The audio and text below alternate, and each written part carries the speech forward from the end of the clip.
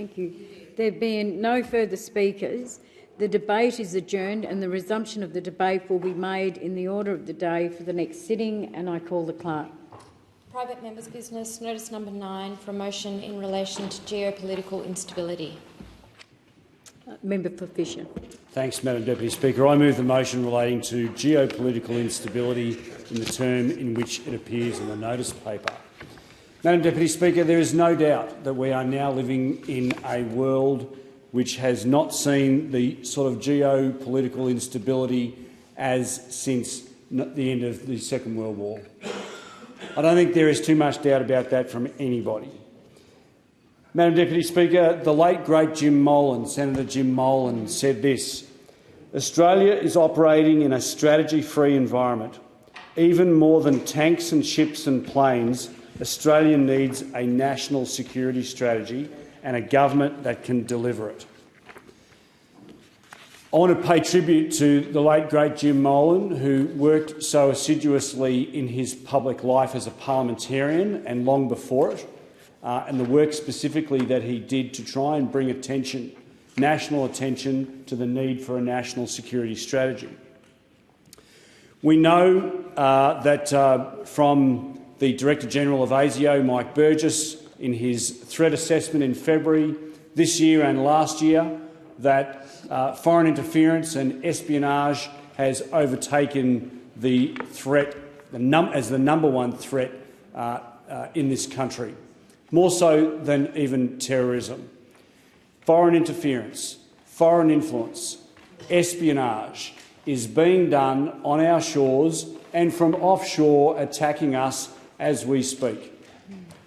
Our critical infrastructure as a nation, our critical infrastructure as vital businesses that provide that to Australians, is under constant attack from governments such as the Chinese Communist Party, Russia, North Korea and Iran, at unprecedented amounts.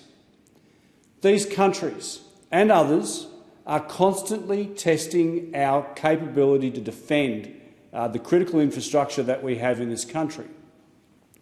And as Jim has talked about in the past, there's no point having a wonderful defence strategy if you don't have an overarching national security strategy. A national defence strategy is just one element of a national security strategy. In these day and age, when we are being attacked, particularly from a cyber perspective, we need to have that overall encompassing whole-of-society approach. We need to ensure that not only is our ADF at its best to be able to defend this nation, but we need to be able to defend all of our critical infrastructure, our private industry, industry that are providing manufacturing for our local for defence industry. These things are critical. Sadly, we know that this government is asleep at the wheel in relation to defence. They scrapped the $1 billion national space mission for Earth observation.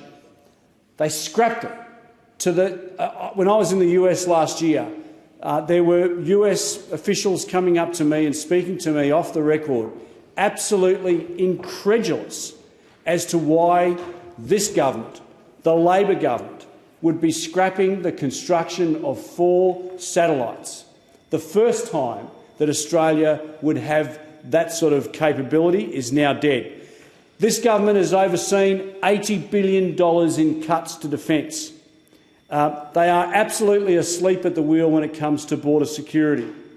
There's a lot more to border security than just having Border Force, and this government clearly is asleep at the wheel, as we've seen with the NZYQ case, hundreds of people being released into the community, and of course now what we're seeing in relation to people coming from Gaza without appropriate security checks.